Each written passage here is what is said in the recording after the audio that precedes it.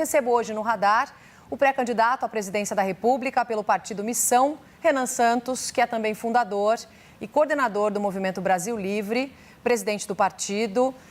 Presidente, pré-candidato, seja muito bem-vindo aqui aos estúdios do SBT News em São Paulo. Muito obrigado, uma honra estar aqui presente, um fã aqui do canal. Então, enfim, vai ser um prazer trocar ideia com vocês.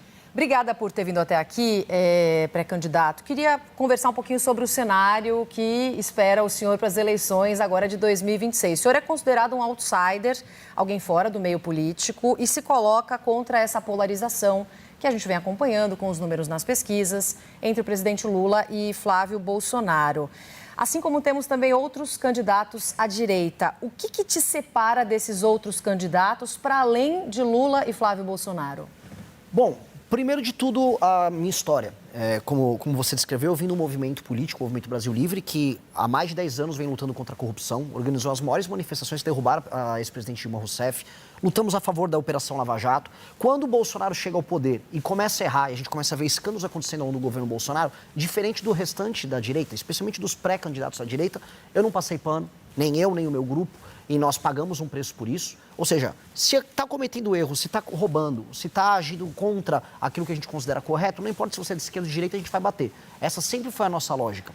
Naturalmente, nós somos um grupo mais à direita. Defendemos livre mercado, defendemos que a polícia tenha a condição de ir para cima dos bandidos, sem aquela turma dos direitos humanos enchendo o saco, mas isso não nos impede de, quando vê o erro sendo cometido no campo político que a gente faz parte, na direita a gente também bater. Isso diferencia do ponto de vista dos valores. Do ponto de vista das ideias, a gente está defendendo uma reforma muito profunda no Estado brasileiro. A gente percebe que o Estado brasileiro é dominado pelo que a gente chama de centrão. O centrão é absolutamente corrupto e isso está impedindo regiões inteiras do Brasil de se desenvolver. Eu rodei agora o Maranhão, estava rodando o Nordeste, é muito triste que eu vi ali. As pessoas continuam migrando do Nordeste para o Sudeste, para o Sul do Brasil e há um motivo. E o motivo é político e a gente quer resolver esse motivo para que o Brasil inteiro seja desenvolvido.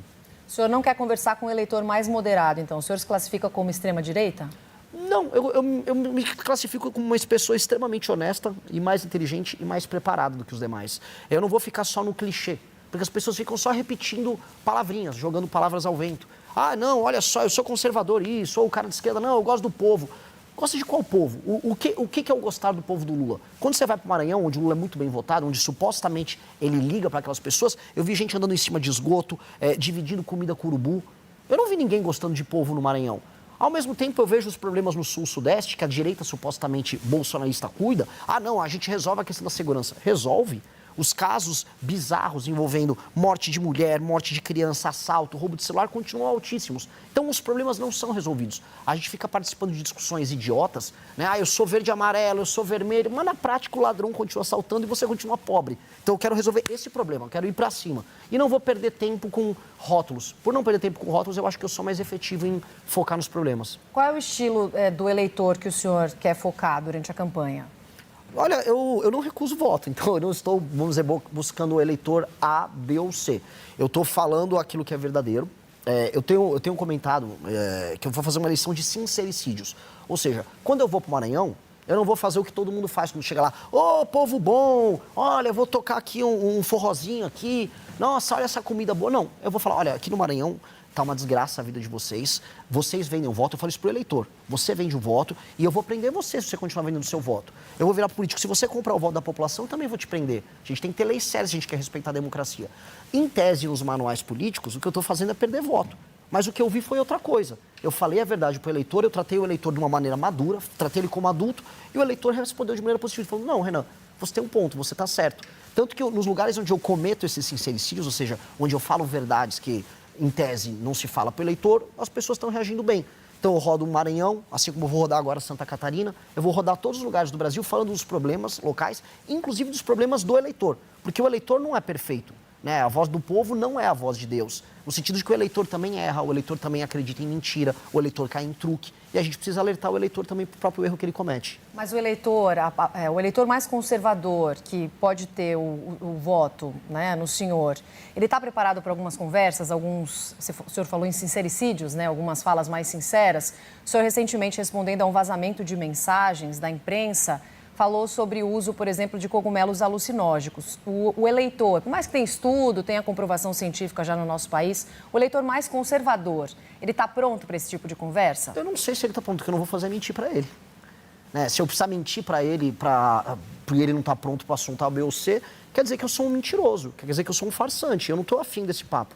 Como eu te disse, eu quero uma eleição em que as pessoas serão tratadas como pessoas, como adultos. Se eu for tratar como criança, eu vou inventar, não, na verdade, vazou uma conversa, mas era uma IA. Não, olha só, assim, uma vez eu tomei uma microdosagem para me ajudar a trabalhar mais. Muita gente no mercado financeiro, muita gente no Vale do Silício, o Elon Musk já fez a mesma coisa, e eu acho que eu fiquei mais produtivo com isso, inclusive gostaria de ver isso no SUS, tanto a psilocibina quanto o canabidiol do SUS. Não acho problema nenhum em tratar de sistemas. Eu não vou colocar o eleitor como um idiota.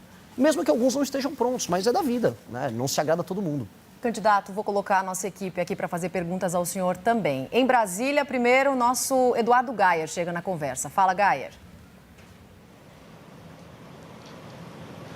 Oi, pré-candidato, bom dia, boa tarde já agora, obrigado pela entrevista. Queria ouvir um pouco o senhor a respeito de propostas. O senhor tem algumas propostas bastante ousadas, podemos dizer assim, como extinção de municípios, inclusive o senhor já chegou a falar sobre extinção do estado do Rio de Janeiro para formar ali uma cidade-estado. O senhor vai poder também me explicar um pouco melhor o que seria isso, mas muitas dessas propostas ou exigem mudanças na Constituição, o que por si só já precisa ter uma base no Congresso para aprovar. PEC é algo que demanda 3/5 de votos na Câmara e no Senado em 2 turnos. O senhor é um partido que ainda está começando, então teria de formar uma base, queria entender como seria isso. E a questão de extinção do Estado do Rio de Janeiro, tem gente dizendo que nem na Constituição dá para fazer, porque seria ferir cláusula pétrea, que é o atual modelo federativo. Então o senhor teria a proposta, talvez, de uma nova constituinte? Como seria isso? Suas propostas, elas são factíveis de verdade no Brasil? Tudo bom, Gayer? Excelentes perguntas, né? Sobre os municípios e depois sobre o Rio de Janeiro. Sobre os municípios, o que eu proponho é a fusão de municípios. Isso é permanentemente plausível, não é cláusula pétrea da Constituição, você vai ter que alterar via PEC. Alterar via PEC, se eu precisar fazer uma reforma fiscal que todos os pré-candidatos a presidente vão precisar fazer, será via PEC. Se eu precisar endereçar boa parte das questões que envolvem alterações às leis penais, leis de processo penal, algumas delas terão que ser via PEC também. A real é que, infelizmente, a nossa Constituição, como ela abarca tudo, ela faz o que você tenha que fazer PECs, como você mesmo citou, para tudo. E o próximo presidente da República terá que fazer isso. Eu, assim, o farei. E eu acho que nós precisamos fazer um governo muito reformista que altere a dinâmica. E por que eu quero fundir municípios de maneira clara? A maior parte dos municípios brasileiros não se sustenta e são muito mal administrados. Município pequeno, que é mal administrado, tem baixos indicadores, números de desenvolvimento humano, números de saúde, saneamento básico, educação, tem que se juntar com outros municípios e ter um prefeito só e 9 vereadoras. Eu vou demitir um monte de prefeito e um monte de vereadores do Brasil, que é basicamente um bando de parasita. Isso precisa ser feito. Sobre a questão do Rio de Janeiro, que também é importante, não é extinguir o Estado, é algo que é previsto na Constituição, que é criar um outro Estado, que seria o Estado da Guanabara, que já existia antes, que seria, vamos dizer, uma autonomia, uma cidade com um status diferente, que seria um status de Estado, como já existe, por exemplo, Buenos Aires, ele tem status de autonomia na Argentina, Xangai, Pequim, Hong Kong, que tem status de autonomia na China, que é tratar o Rio de Janeiro, que ele já é visto internacionalmente como porta de entrada do Brasil para o mundo, com esse status, que o orçamento do Rio de Janeiro seja focado em tratar dos seus problemas de segurança de maneira clara, do município, né, desse município autônomo, como ele se tornaria, que ele possa focar em ser um polo de tecnologia, um polo de turismo, um polo de entretenimento, como é, por exemplo, Dubai, um espaço de negócios. Acho que o Rio tem esse potencial, infelizmente, não é atingido. A gente está vendo, inclusive, o Estado do Rio de Janeiro hoje decidindo quem vai assumir a Alerj para depois assumir o governo, ou seja, nunca termina nenhum governo, é um dos lugares, infelizmente, mais corruptos do Brasil.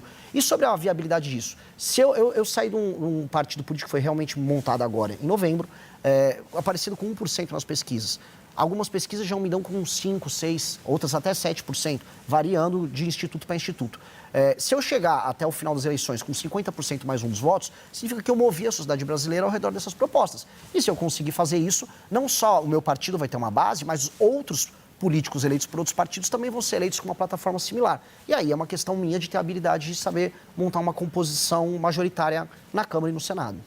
Pré-candidato, agora a Vitória Bel, nossa analista em Brasília, também tem perguntas para o senhor. Pré-candidato, como o senhor mesmo disse, vocês estão tentando também fazer o partido crescer, até para tentar não entrar na cláusula de barreira. O senhor acredita que com a candidatura do senhor será possível um crescimento de quanto do partido? Quantos deputados, por exemplo, vocês conseguiriam eleger já nessas eleições de outubro? Obrigado pela pergunta novamente. Eu não faço muito essa conta, a gente também não montou, porque se eu ficasse preso nessa conta, eu estaria fazendo o que todos os partidos fazem. O que é? Os partidos entregam seus diretórios estaduais para algum político do centrão que tem dinheiro, ele fica com o diretório, autônomo, faz os negócios que ele quer ali e, em troca, ele nos dá um deputado federal para ajudar a passar a causa de barreira. A gente não vai fazer isso, a gente não vai negociar nossos diretórios e o nosso plano é eleger pessoas dentro da nossa plataforma. A gente tem um livro, chama Livro Amarelo, que é um conjunto de propostas que nós temos para resolver os problemas do Brasil, que é daí onde surgiram as propostas que o Geyer perguntou antes. E com base nisso, nós temos que construir essas propostas nos seus estados e ser eleitoralmente efetivo. Saiu uma pesquisa Atlas que mostra que o nosso partido é o quarto partido, com apenas 5 meses de idade, mais bem avaliado do Brasil. A gente já tem 5% da aprovação do eleitorado. Se isso se confirmar nas urnas, sem muito esforço, a gente passa a cláusula de barreira. Então, o meu foco inteiro é construir um partido que seja uma alternativa para o Brasil. Não só através da minha pré-candidatura, mas também da pré-candidatura dos nossos governadores, candidatos a deputado federal e no futuro das nossas outras lideranças. A gente tem que ter uma tese para o Brasil, uma proposta muito clara para o Brasil e ela tem que ser forte. Porque se ela não for forte, mas o partido for forte, eu sou só um partido do centrão. Essa sopa de letrinha que tem um monte de nome por aí, mas não serve para nada. Eu tenho que ter uma característica, e a característica nossa é o que tem que eleger os nossos deputados. Pré-candidato, sobre segurança pública, ainda um dos principais assuntos que certamente vão movimentar aí a campanha até outubro. O senhor citou no começo da nossa entrevista uma polícia que não siga os direitos humanos. O senhor não considera isso um pouco perigoso? Qual que é a sua proposta exatamente para a segurança pública aqui do nosso país? Não, eu sou a favor de uma polícia que siga princípios de direitos humanos. O que eu não sou a favor são ONGs de direitos humanos que recebem dinheiro de fora do Brasil, especialmente de fundações estrangeiras, que interferem na política de segurança brasileira de modo a permitir que as leis brasileiras sejam pró-bandido. Eu não acho que faça sentido a gente tenha, por exemplo, uma progressão de pena como a gente tem no Brasil, em que uma pessoa que comete crimes de maneira regular possa não cumprir a pena inteira dela. E aí, quando você vai discutir isso no debate público, vê uma ONG de direitos humanos e fala, não, mas isso está fazendo com que as cadeias fiquem superlotadas. Ora, que a gente construa mais cadeias, mas não que a gente solte um bandido que, sei lá, pegaram um caso agora de um homem que violenta sexualmente uma senhora de idade, antes tinha violentado sexualmente a própria mãe. Esse homem não tinha que ter o instituto da progressão de pena. Ele tinha que estar preso, do ponto de vista humano, para o resto da vida dele. Então, quando a gente discute sobre esses termos, são termos que não beneficiam a população brasileira e que, na prática, violam os direitos fundamentais do brasileiro. Por exemplo, o direito de ir e vir no Brasil. Uma mulher na rua tem direito de ir e vir? Ela tem a liberdade dela garantida? Ela tem medo de andar na rua. Então, ela tem um direito humano violado. Então, quando a gente não garante a segurança, quando o Estado não cumpre o seu papel, direitos humanos das vítimas são violados. Então, o meu ponto, assim, eu sou um grande defensor dos direitos humanos. E mesmo o preso, eu não quero mandar um preso para uma cadeia superlotada.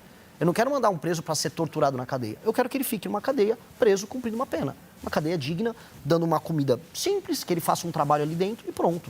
Não estou propondo nenhuma tortura. Por mais que alguns até mereçam, mas eu não estou propondo isso, não.